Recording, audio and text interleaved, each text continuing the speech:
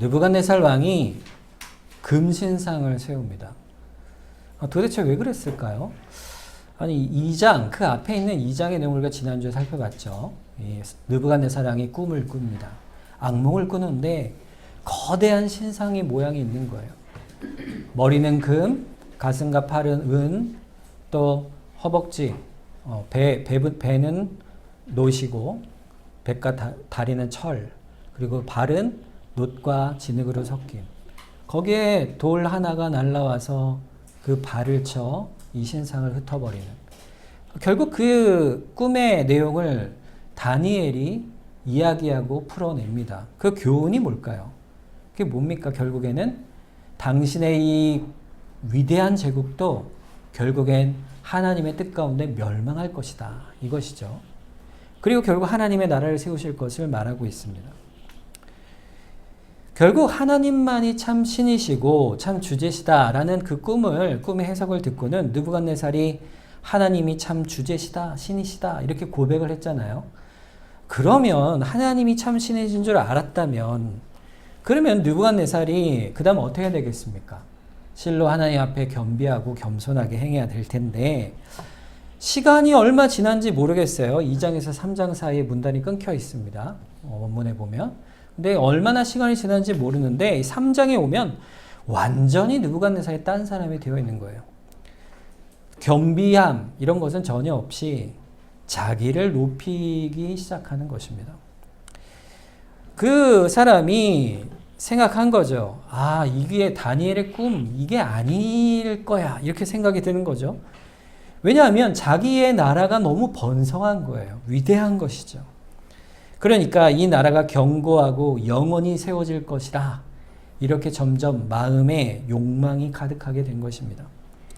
결국에 그 욕망이 어디로 가냐 하면 자기를 우상화하는 데로 가는 거예요. 오늘 본문 앞에 읽진 않았지만 거대한 금으로 만든 신상을 세우게 됩니다. 이건 뭐를 얘기하냐면 모든 사람들이 다 이 신상에 와서 종교 생활을 하는 거예요. 모든 종교를 통일하는 거죠.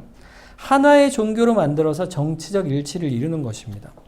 그러니 이 제국은 더욱더 견고해질 거야.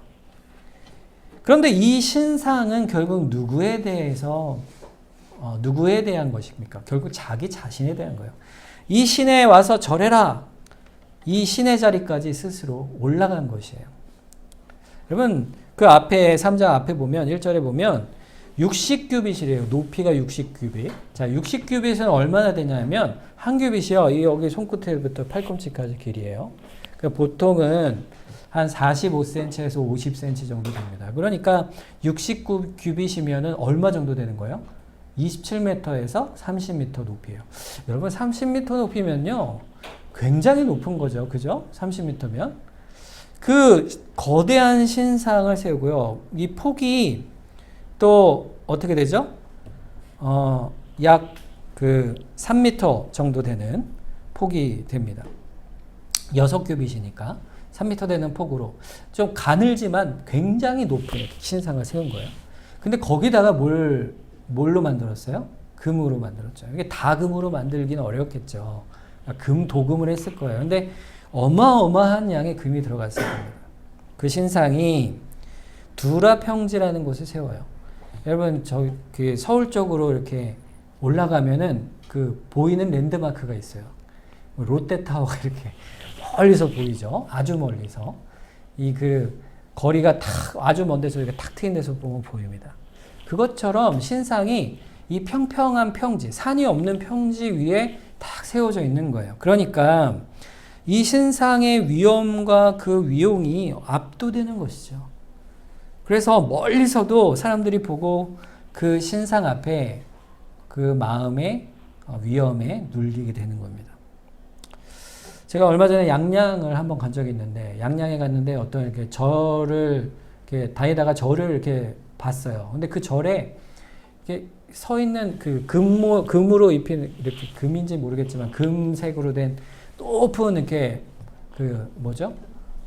그 부처상이 이렇게 바닷가에 이렇게 딱 서 있는 걸 봤습니다. 사람들이 거기 와서 이렇게 막 이렇게 절도 하고 이렇게 막 이렇게 기와장에다 못 쓰기도 하고 이렇게 하더라고요.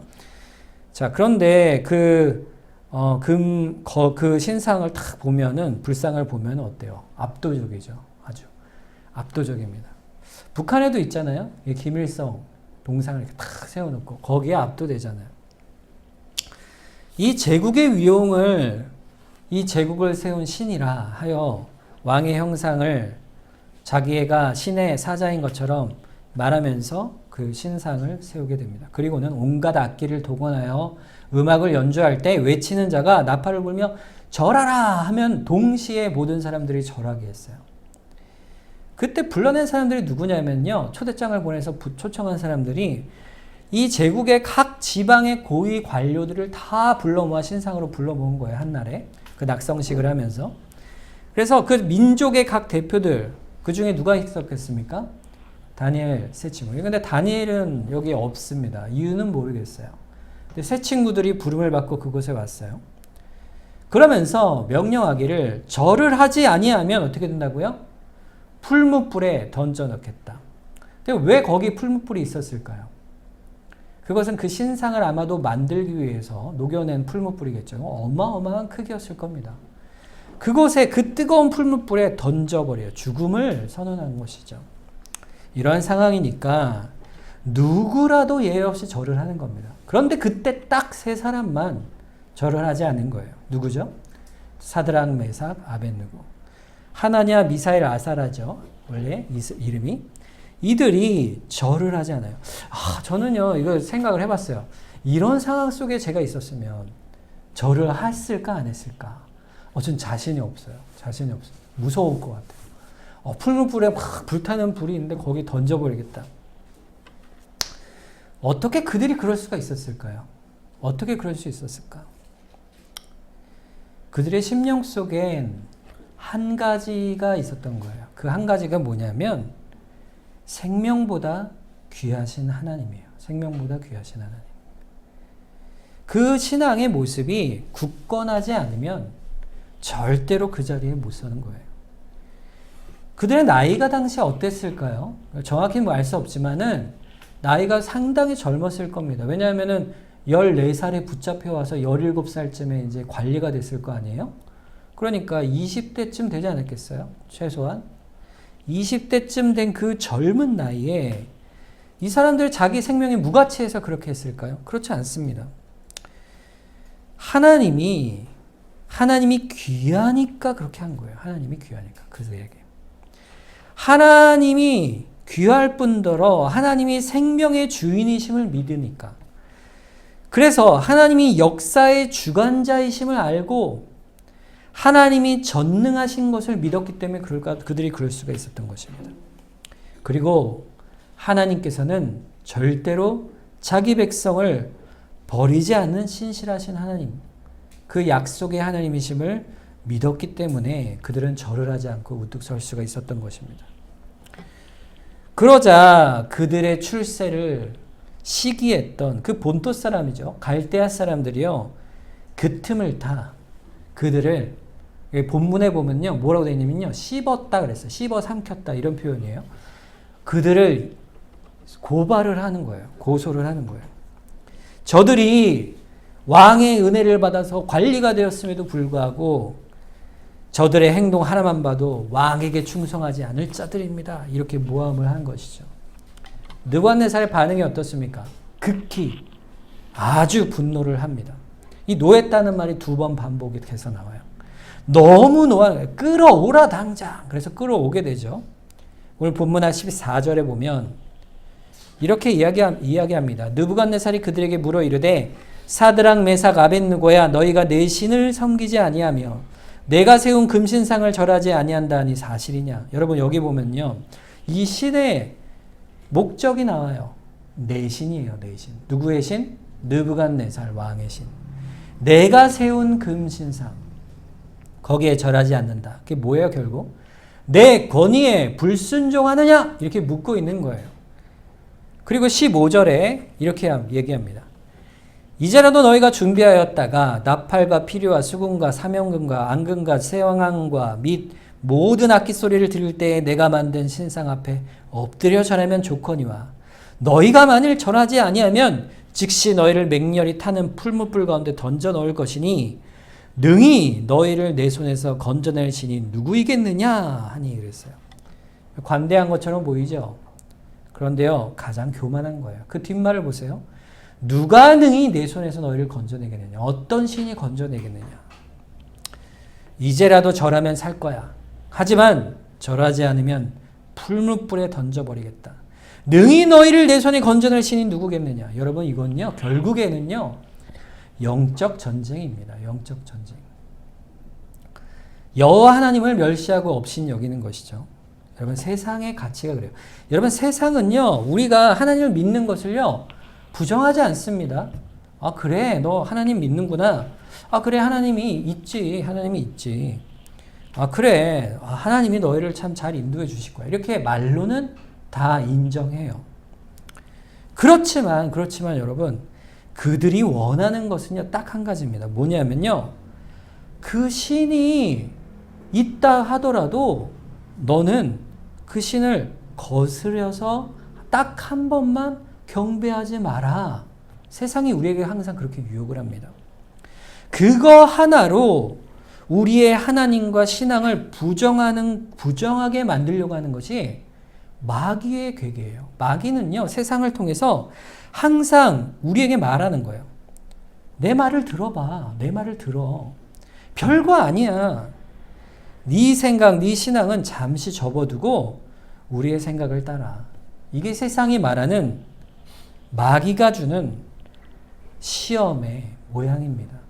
세상은요, 마귀는요, 하나님의 존재를 부정할 수 없어요. 여러분, 마귀가요, 우리보다 하나님의 존재를 부정하지 않습니다. 야고보서 2장 19절에 보면 내가 하나님은 한 분이신 줄을 믿느냐? 잘하는도다. 귀신들도 믿고 떠느니라 그랬어요. 하나님의 존재에 대해서요, 우리보다 더 잘하는 게 마귀예요.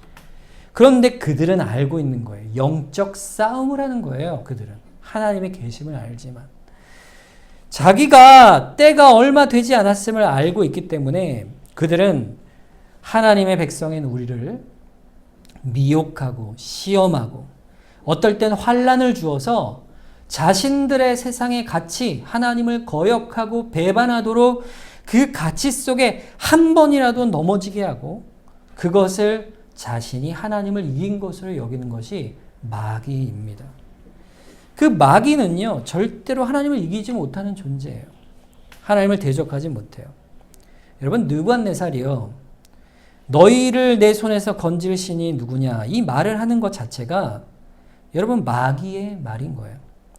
생명의 위협을 통해서 우리에게 무릎을 꿇게 하여 한 번 하면 두 번은 쉽고요, 세 번은 쉽습니다. 결국 세상의 탐욕이나 유혹으로 마귀에 굴복하게 하는 일이 있는 것이죠.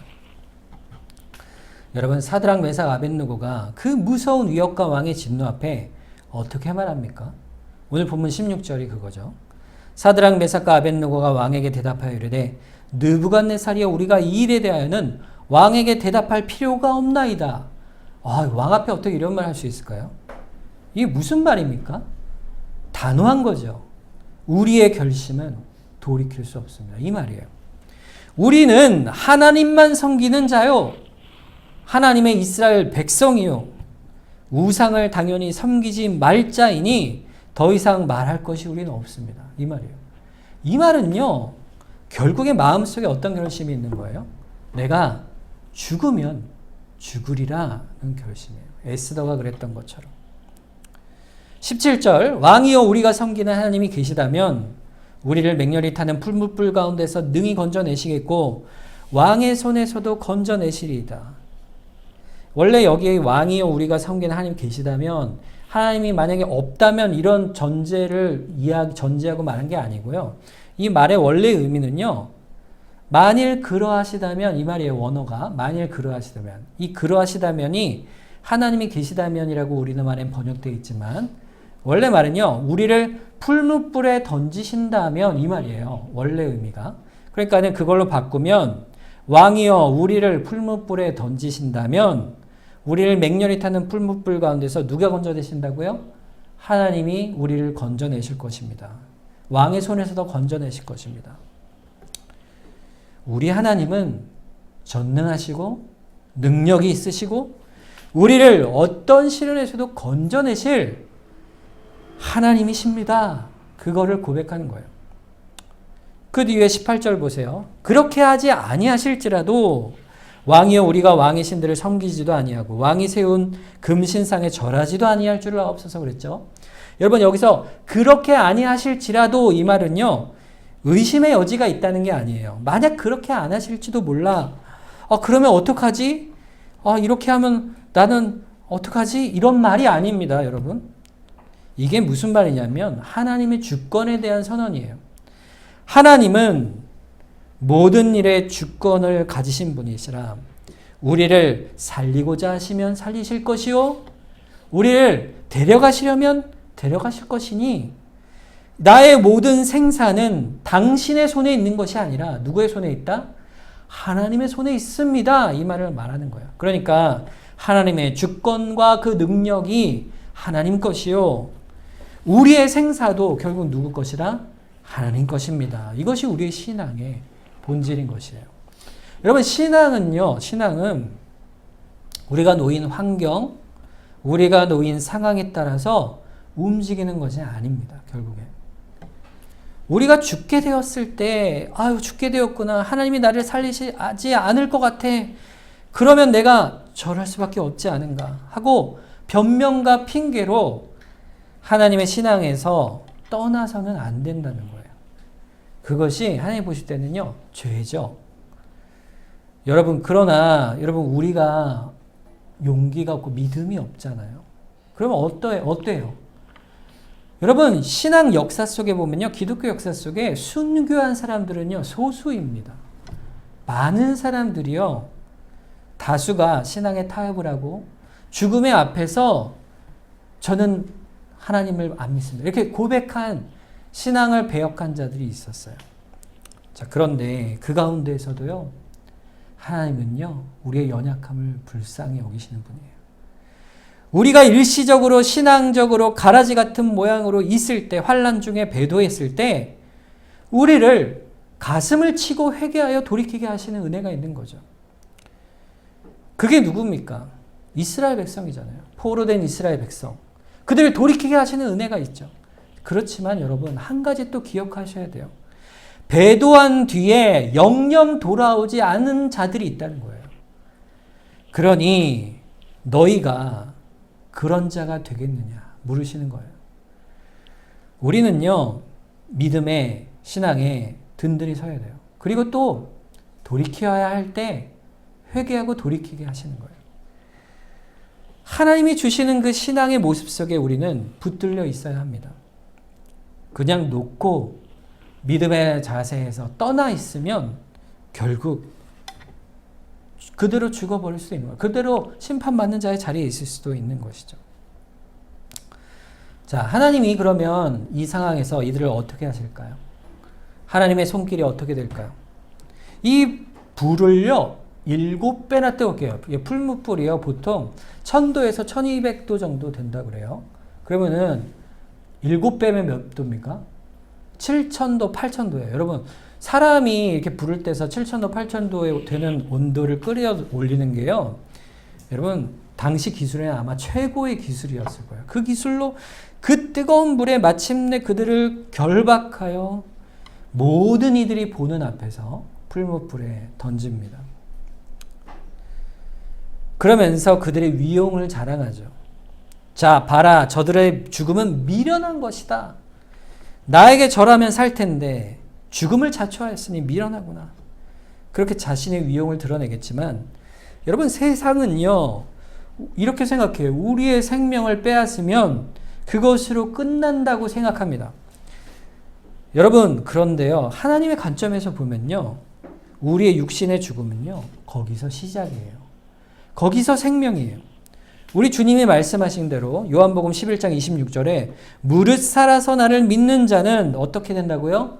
영원히 죽지 아니하리니 이것을 네가 믿느냐 그랬어요. 우리는요. 영원한 생명을 받은 자입니다. 예수 그리스도를 믿음으로 말미암아 의롭게 되어 영생을 기업으로 받은 하나님의 자녀는 죽음의 권세가 우리를 삼킨다 할지라도 우리는요, 부활의 권능으로 살아날 자들이에요. 우리에게 주어진 그 부활의 권세는요, 너무나도 놀라운 것입니다. 영원한 생명이 있고 하나님의 자녀로서 영원한 하나님 나라에서 누리는 복을 얻는 거예요. 그래서 우리는 죽은 자가 아니요, 산 자예요, 산 자. 풀무불에 던져진다고 해서 우리 인생은 끝나는 게 아닙니다. 영원한 생명을 얻은 우리들에게 하나님께서 어떻게 구원의 은혜를 베푸시는가, 능력을 베푸시는가, 그 던져진 사람들의 모양을 통해서 우리에게 그 비전을 보여주세요. 미래를 보여주시는 거죠. 여러분, 세 사람이 어떻게 되어 있어요? 불에 들어갔는데 놀라운 하나님의 기적으로 그들을 건져내십니다. 느부갓네살 왕이요, 깜짝 놀란 거예요. 불을 들여다보니까, 거기 빛에 보니까 사람의 형상이 쫙 돌아다니는 거예요. 근데 3명을 던졌는데 몇 명이에요? 4이 있는 거예요. 그 마지막 사람은 하나님의 아들 같은 형상으로 있는 거예요. 천사를 보내셨는지 예수 그리스도께서 직접 그때 현현하셨는지 그 은혜로 하나님께서 능력으로 그들을 보호하십니다. 느부갓네살이 능히 너희를 내 손에서 건져낼 신이 누구겠느냐, 바로 그 말이 끝나자마자 하나님께서 저들의 그 능력으로 구원해 내시는 거예요. 그러자 느부갓네살이 외치죠. 나오라, 나오라. 근데 나오니까요, 머리털 하나도 그슬리지 않은 거예요. 탄 냄새 하나도 안 나고요, 멀쩡한 거예요. 여러분, 우리가 부활하면 그렇다는 거예요. 부활하면. 이 모습은요, 사실 우리의 미래 부활의 모습을 하나님께서 미리 보여주신 겁니다. 우리가 부활하면요, 우리가 죽을 때 어떤 상태로 죽을지 모르죠. 사고로 죽을 수도 있고, 나이가 다 되고, 수명이 다 돼서 죽을 수도 있고. 그런데 그때가 되면요, 우리는 너무 멀쩡하게, 너무 아름답고 신령한 모습을 입고, 너 정말 죽었었니? 이렇게 할 정도로 너무 아름다운 모습으로 죽음의 흔적이 다 사라진 완전한 새로운 몸을 입어서 신령한 몸으로 아름답게 부활할 거예요, 여러분. 부활의 영광스러운 그 몸. 여러분, 이렇게 주름이 하나씩 늘어가잖아요, 요즘. 여러분, 제가 요즘 이렇게 쥐젖이 이렇게 많이 이렇게 늘는 거 있어요. 이렇게 뭐 얼굴에 기미도 자꾸 생기고. 여러분, 고민이 있으시잖아요. 그렇게 이런 게 다 없어져요. 없어집니다, 여러분. 없을 거예요. 여러분, 가장 그 리즈 시절이 언제십니까? 몇 살인 것 같으세요? 네. 몇 살이요? 네. 뭐, 한 10대, 이때 아니겠어요? 예빈이 때가 제일 리즈 시절이 아닌가? 좀 20대 초반까지? 뭐, 그렇지 않겠어요? 20대 중반 되면 이제 노화가 시작된다고 하는데, 이제 그렇게 그 리즈 시절로 돌아가겠습니까? 아닙니다. 더 완전하고 더 아름답고 하나님이 보실 때 가장 아름답다 여기시는 그 모습이 우리가 이루어질 그 날이 올 거예요. 머리털까지도 하나 상하지 않는 그 모습이죠.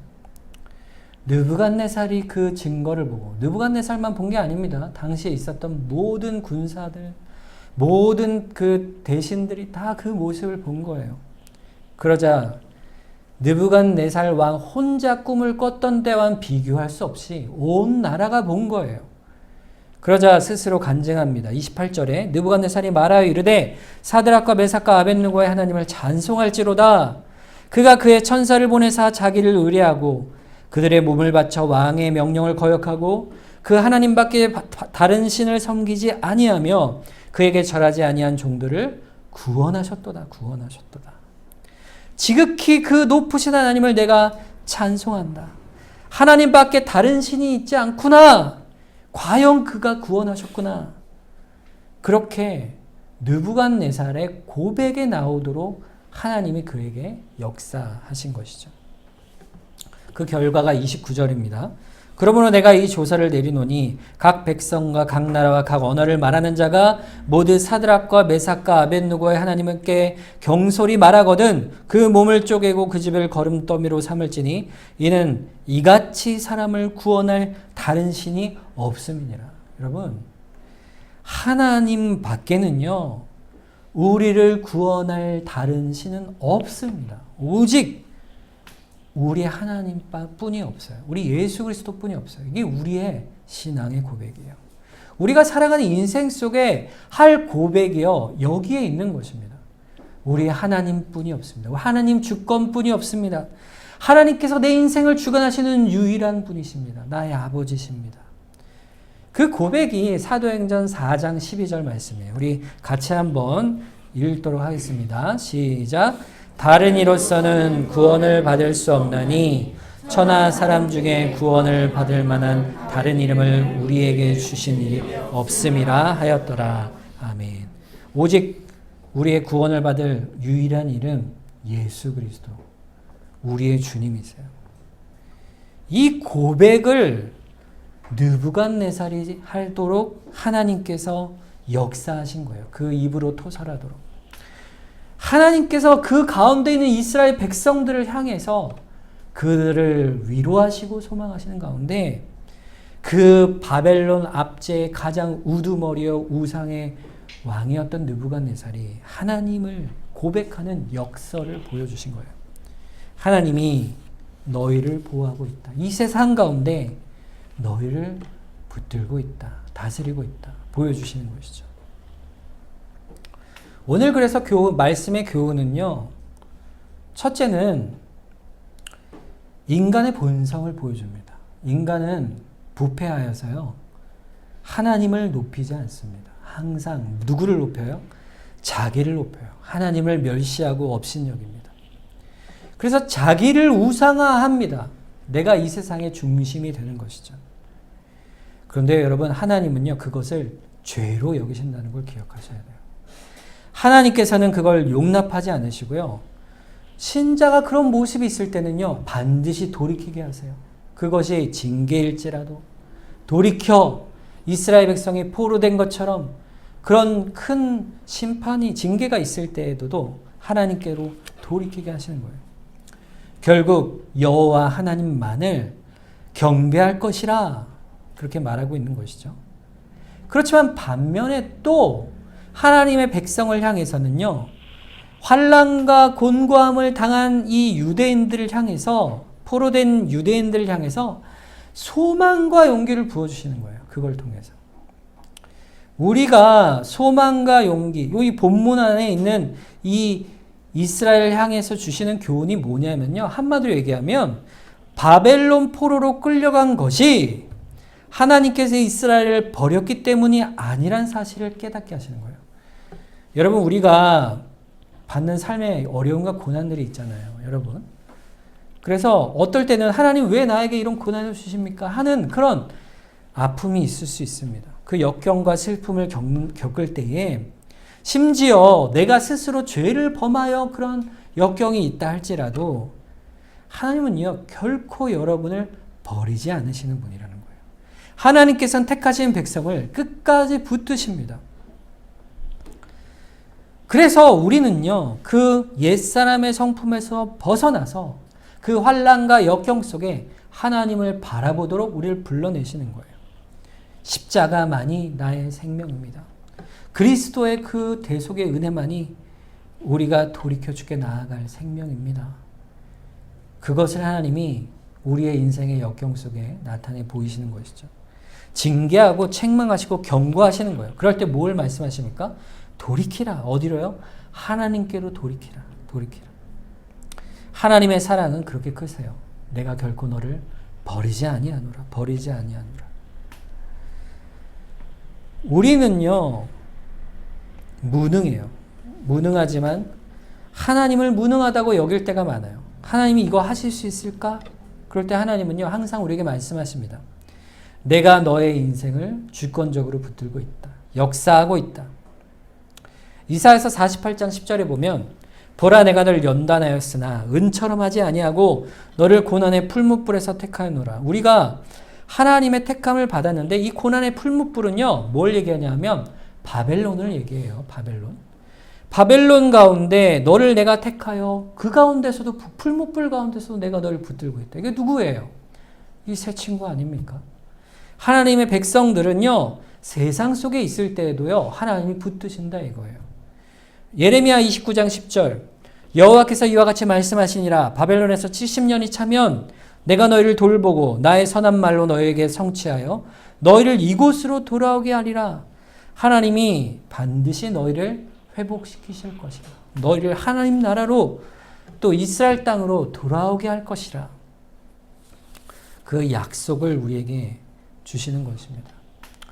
그리고 마지막으로 이 본문 말씀에서 우리가 기억할 것이 있어요. 그게 뭐냐면 이 고난이요, 잠깐이라는 것입니다. 잠깐. 일시적이라는 거예요. 여러분, 영원한 고난이 없습니다. 성도가 살면서 잠시 겪는 것들이에요. 어떤 고난도 그렇습니다. 에이, 목사님, 모르는 소리 하지 마세요. 저는요, 나면서부터 지금까지 겪는 고난, 그 고난은요, 평생을 안고 살아야 하는 고난입니다. 그런데 그게 일시적이라고요? 하나님의 도우심이 어디 있습니까? 라고 반문할지 모릅니다. 그런데요, 여러분, 얼마나 그게 힘든 일이에요. 너무 고통스러운 일이죠.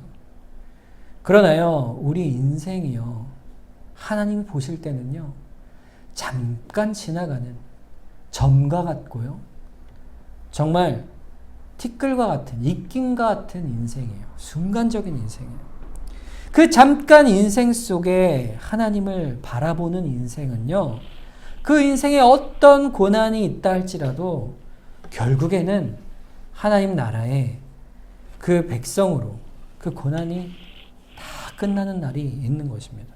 그 끝날 때가 있으니 견디라, 견디라. 여러분, 이 땅이요, 얼마나 우리를 시험하고 넘어뜨리려고 하는지 이 마지막 때의 상징적 표현이요, 요한계시록에 보면 이렇게 나와 있어요. 좀 길지만 우리 한번 같이 한번 읽어보겠습니다. 요한계시록 13장 11절부터 18절입니다. 한 절씩 교독할까요? 제가 한 절 읽고 여러분이 한 절 읽고 마지막 절 같이 읽겠습니다. 내가 보매 또 다른 짐승이 땅에서 올라오니 어린 양같이 두 뿔이 있고 용처럼 말을 하더라. 그가 먼저 나온 짐승의 모든 권세를 그 앞에서 행하고 땅과 땅에 사는 자들을 처음 짐승에게 경배하게 하니 곧 죽게 되었던 상처가 나은 자니라. 큰 이적을 행하되 심지어 사람들 앞에서 불이 하늘로부터 땅에 내려오게 하고 짐승 앞에서 받은 바 이적을 행함으로 땅에 거하는 자들을 미혹하며 땅에 거하는 자들에게 이르기를 칼에 상하였다가 살아난 짐승을 위하여 우상을 만들라 하더라. 그가 권세를 받아 그 짐승의 우상에게 생기를 주어 그 짐승의 우상으로 말하게 하고 또 그 짐승의 우상에게 절하지 않은 자는 몇이든 다 죽이게 하더라. 그가 모든 자, 곧 작은 자나 큰 자나 부자나 가난한 자나 자유인이나 종들에게 그 오른손이나 이마에 뼈를 받게 하고 누구든지 이 표를 가진 자 외에는 매매를 못하게 하니 이 표는 곧 짐승의 이름이나 그 이름의 수라. 지혜가 있으니 총명한 자는 그 짐승의 수를 세어보라. 그것은 사람의 수니 그의 수는 666이니라. 아멘. 네, 요한계시록의 말씀이에요. 이거 상징적 말씀입니다. 이대로 그런 용이 나타나고 이런 말이 아니고 마귀가 세상을 영적으로 지배하는 원리를 보여주고 있어요. 여러분, 지금의 종말의 마지막 때까지, 주님이 오시는 날까지 세상의 악한 세력은요, 세상의 물권, 모든 세상에 필요한 것들을 거머쥐고 그것에 경배하지 않으면 살아가기도 어렵도록 우리에게 고난과 핍박의 시대가 올 것을 말하고 있습니다. 이 보편 역사의 모든 역사 속에서 사실은 항상 신앙인들이 겪어왔던 것이에요. 이 다니엘이 지금 겪고 있고 그 친구들이 겪고 있는 일이죠. 이 고난의 때가 우리에게도 있다는 거예요. 우리가 마치 그 권능이 얼마나 강하냐면 우리가 볼 때 너무 위대해 보이는 거죠. 죽을 것 같은 상처도 낫고 또 모든 권세와 힘과 능력이 대단해 보입니다.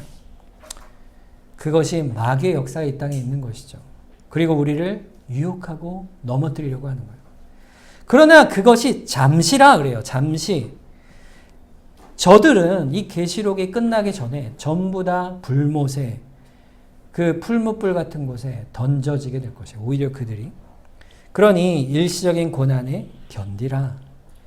예수님께서 서머나 교회에 이렇게 말씀하셨어요. 요한계시록 2장 9절과 10절에 내가 네 환난과 궁핍을 알거니와 실상은 네가 부요한 자니라. 자칭 유대인이라는 자들의 비방도 알거니와 실상은 유대인이 아니요 사탄의 회당이라.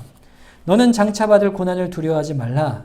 볼지어다 마귀가 장차 너희 가운데서 몇 사람을 옥에 던져 시험을 받게 하리니 너희가 10일 동안 환난을 받으리라. 네가 죽도록 충성하라. 그리하면 내가 생명의 관을 내게 주리라 그랬어요. 우리가 10일 동안 환난을 받는다. 이게 10일 기간이 정해져 있잖아요. 그동안에 잠시 받지만 하나님께 충성하면 그분을 바라보고 소망하며 나아가며 하나님 앞에 붙들려 있으면 결국 우리는 뭐예요? 생명의 관을 얻을 것이에요. 그래서 우리가 이 땅을 볼 때는 환난과 궁핍과 세상 가운데 연약한 패배자요, 연약한 자처럼 보이지만 하나님이 보실 때는 어때요? 실제로는 부요한 자라, 승리한 자라. 하나님은 전혀 다르게 우리를 세상 가운데 보고 계시다는 겁니다. 하나님의 교회를 그렇게 보신다는 거예요. 하나님 교회 가운데요, 작고 연약하고 마치 세상 속에 없어질 것 같이 보이는 그러한 교회라 할지라도 하나님이 보실 때는요, 승리자요, 부요한 자요. 하나님의 은혜 가운데 살아가는 놀라운 은혜를 우리가 누리고 있는 교회가 되는 거예요. 로마서 8장 24절과 25절. 우리가 소망으로 구원을 얻었음에 보이는 소망이 소망이 아니니 보는 것을 누가 바라리요. 만일 우리가 보지 못하는 것을 바라면 참음으로 기다릴지냐 그랬어요. 여러분 성경에서 항상 우리가 이 땅을 살아가는 믿음에 대해서 말할 때요, 한 가지 덧붙이는 게 있어요. 그게 뭐냐면요, 인내입니다. 인내. 참는 거예요. 견디는 거예요. 여러분 인내 없는 믿음의 신앙은요 존재하지 않습니다. 참고 견디는 신앙은 우리가 살아갈 때 늘 해 나가는 신앙인 것이죠. 우리에게 유혹이 오기 때문이고 탐욕이 발동하기 때문이고 핍박이 오기도 하고요. 신앙의 인내가 없이는 견딜 수 없는 그런 때가 오는 거예요. 어떤 상황이든 믿음으로 인내하라 이것이죠. 이 신앙이라는 말 자체가 신실함이란 말인데 참아내고 끝까지 견뎌낸다는 뜻이에요. 인내, 참음. 그 결과가 뭘까요? 누가복음 8장 15절에 보면 주님의 씨 뿌리는 자의 비유의 결과가 이겁니다. 좋은 땅에 있는 것은 착하고 좋은 마음으로 말씀을 듣고 지키며 인내로 결신한다 그랬어요. 인내로. 다른 거, 돌, 길, 가시덤불 다 뭡니까? 결국 인내를 하지 못하는 것이죠. 결국 다 하나님을 배반하는 것이에요. 오늘 주는 말씀의 교훈은요, 하나님께서 우리를 붙드시고 계시다는 거예요, 사실. 우리가 다 인내할 수 있을까요? 우리 힘으로? 우리 믿음과 연약함으로는 그럴 수 없죠. 그런데 하나님께서는요, 언약을 맺으셔서 결코 우리를 포기하지 않으십니다. 그러니 너도 그거를 의지하고 믿으라 이거예요. 하나님을 바라보라 이거예요. 어떤 상황에서도. 느부갓네살이 하나님을 배역하고 떠났지만 결국 그의 입술로 고백하신 하나님께서는 우리도 그렇게 고백하게 하시는 거예요. 마귀를 결국 불못에 던져 버리고 우리를 주님이 오시는 그날에는, 마지막 날에는 그들 스스로 하나님 앞에 자신들의 죄를 고백하게 할 날이 오게 하세요. 더불어 우리도 하나님 앞에 서게 될 것이에요. 자, 그땐 우리를 향해서 하나님께서는 이렇게 하실 겁니다. 요한계시록 7장 17절 말씀. 이는 보좌 가운데 계신 어린 양이 그들의 목자가 되사 생명수 샘으로 인도하시고 하나님께서 그들의 눈에서 모든 눈물을 씻어 주실 것이라 그랬어요. 이 눈물이 뭐겠습니까? 우리가 이 땅에서 흘린 환난과 고난과 또 우리의 연약함 때문에, 우리의 죄악 때문에 흘린 수많은 옛된 본성 속에 나오는 눈물이죠. 여러분, 우리가 거룩해져 가고 성화되어 가는 것은요, 10년이 지나고 20년이 지나면 완성이 될까요? 30년이 지나면. 그때가 되면 이제는 믿을만해. 이제 됐어. 이 정도면 됐어. 그런 믿음은 없습니다. 우리는 날마다 주님 앞에 계속해서 서 가야 돼요. 우리의 연약함이 있어서 늘 아픔이 있고 눈물이 있고 또 그리스도의 형상을 닮아갈 때 우리의 그렇지 못하는 슬픔이 있죠. 그럼에도 불구하고 그 핍박 가운데 싸워갈 힘을 주께서 주십니다. 그 눈물을 결국에는 다 닦아주실 날이 올 거예요. 하나님 나라의 싸움 가운데 우리가 살아가는데 거룩한 성도의 완전함을 눈물을 닦아주시고 확실한 약속을 우리에게 주신 거예요. 그러니 그것을 바라보라, 견디라 말씀하는 것입니다. 우리가 이 땅을 살아가는 동안은요, 포로된 이스라엘처럼 살아가요. 하지만 다니엘과 세 친구처럼 우리가 하나님이 여전히 우리를 붙들고 계심을 믿고 하나님께서 이 세상의 주권자이심을 믿는 거예요. 그래서 살리시든지 죽이시든지 하나님의 뜻 가운데 우리 인생을 붙들고 계시고 결국에는 우리를 살리실 것이라. 우리를 영원한 하나님 나라로 인도하시고 우리의 눈물을 닦아주실 것이라. 그 소망의 위로가 우리에게 늘 있는 것입니다.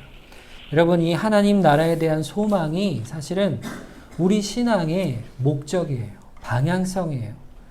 그 가운데서 이러한 시험이 온다 할지라도 능히 이길 수 있는 은혜와 힘을 부어주시는 것입니다. 그 가운데 우리가 나아가는 믿음으로 하루하루를 우리가 살아갈 수 있도록 우리가 주님을 의지하는 우리 모두가 되기를 주님의 이름으로 축원합니다. 이 시간 합심해서 한번 기도하겠습니다. 우리가 살아가는 이 세상 가운데 우리가 하나님을 의지하는 믿음으로 살게 하여 주시옵소서. 우리 하나님의 나라를 바라보는 소망을 갖게 하여 주시옵소서. 이 시간 합심해서 한번 기도하도록 하겠습니다.